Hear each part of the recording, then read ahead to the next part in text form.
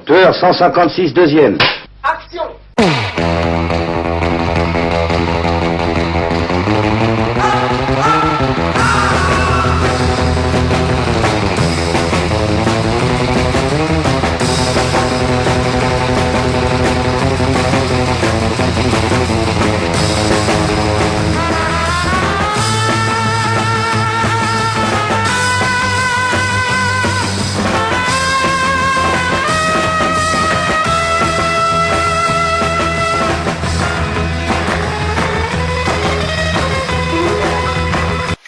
Bonjour à tous et bienvenue dans Cinéma Vision. À chaque numéro, nous vous donnons notre vision du cinéma. Dans un instant, l'image cinématographique et puis l'avis de Nicolas Giraudingo. Bonjour Nicolas. Bonjour Julien, bonjour à tous. Mais on commence avec le box-office de la semaine, les 3 premiers du classement en ce moment dans vos salles. Alors en première place, rien à déclarer de Danny Boone qui totalise 1 263 453 entrées. Et tout en haut du podium, donc le second film de Danny Boone après Bienvenue chez les Ch'tis. Nous en parlerons tout à l'heure avec Nicolas. En deuxième position, Largo Winch 2, qui totalise quant à lui 587 514 entrées. Un bon score pour ce film de Jérôme Salle, avec Thomas Sisley et Sharon Stone. Et puis en troisième position, Black Swan, avec 581 402 entrées. Troisième marche du podium, donc pour ce film en rapport avec le Lac des Cygnes, avec notamment Nathalie Portman. Vous comprendrez mieux tout à l'heure pourquoi nous en parlerons avec Nicolas Giraudingo également. L'image cinématographique que nous vous avons choisie aujourd'hui est un extrait de La Vita e Bella de Roberto Benigni. Grand prix du jury à Cannes en 1998. Guido vit heureux avec sa femme et son fils Giosuè. Seulement voilà, la famille est juive et nous sommes dans les années de la Seconde Guerre mondiale. Chacun va donc être déporté dans un camp de concentration et la mère de Giosuè va être très vite séparée de son fils et de son époux. Le père, incarné par Roberto Benigni, va alors faire croire à son fils que les occupations du camp sont en réalité un jeu. Ce qui n'empêchera pas à l'enfant de sentir la séparation brutale avec sa mère. Là aussi, le père va se montrer exemplaire. Regardez.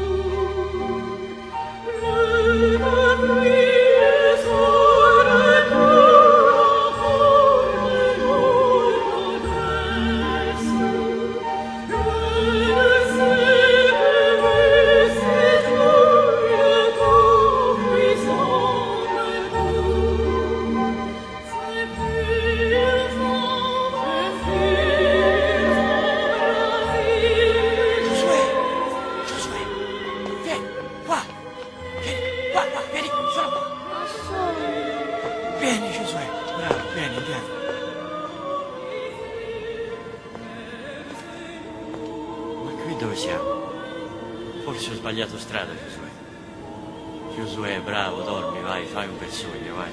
Forse è tutto un sogno per davvero.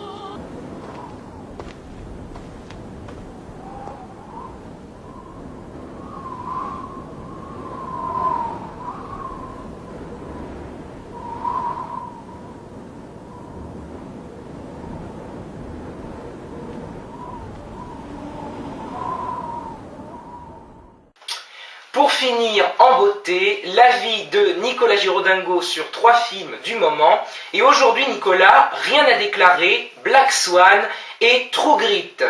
Tout à fait. Commençons tout de suite avec le nouveau film de Danny Boone, Rien à déclarer.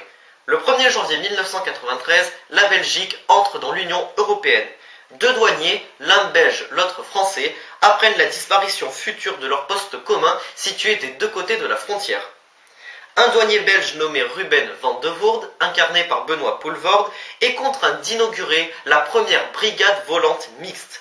Son coéquipier français Mathias Ducatel, Danny Boone, surprendra tout le monde lorsqu'il acceptera de parcourir les routes frontalières à bord d'une 4L avec le douanier belge, et ce, dans l'espoir de déclarer sa flamme à la sœur de Ruben.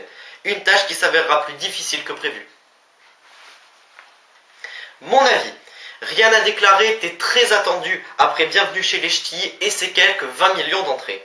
La barre était donc haute, mais Danny Boone a su tout de même nous intéresser durant ce film, rempli d'humour, et ce grâce notamment à Benoît Poelvoorde. Amateur de grande culture générale et de cinéma intellectuel, vous ne trouverez pas dans ce film votre bonheur. On appréciera cependant cette comédie bien sympathique qui nous permet de mieux comprendre les relations franco-belges une fois.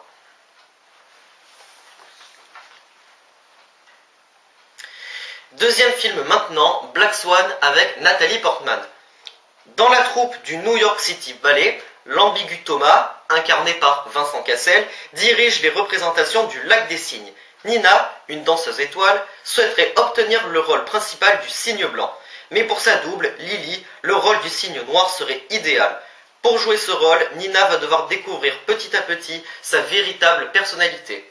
Entre vie réelle et rêve psychologique, Nina se rendra vite compte que son propre ennemi n'est autre qu'elle-même. Mon avis. Film grandiose et digne des plus hauts honneurs, Black Swan nous emporte dans une histoire mêlant tragique et psychologique. Au-delà du scénario vraiment excellent, on ira voir ce film pour les excellentes interprétations de Nathalie Portman et Mila Kunis. Toutes les danses du film ont été réalisées sans trucage.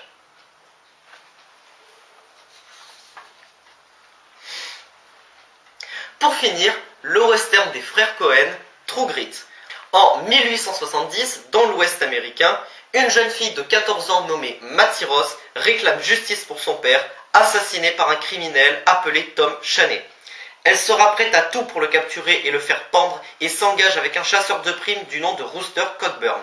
Ils partiront ensemble pour le territoire indien, là où l'assassin se cache depuis qu'il a tué le père de Mattie. En chemin, ils feront la connaissance du Texas Ranger LaBeouf qui poursuit le même assassin pour une belle récompense.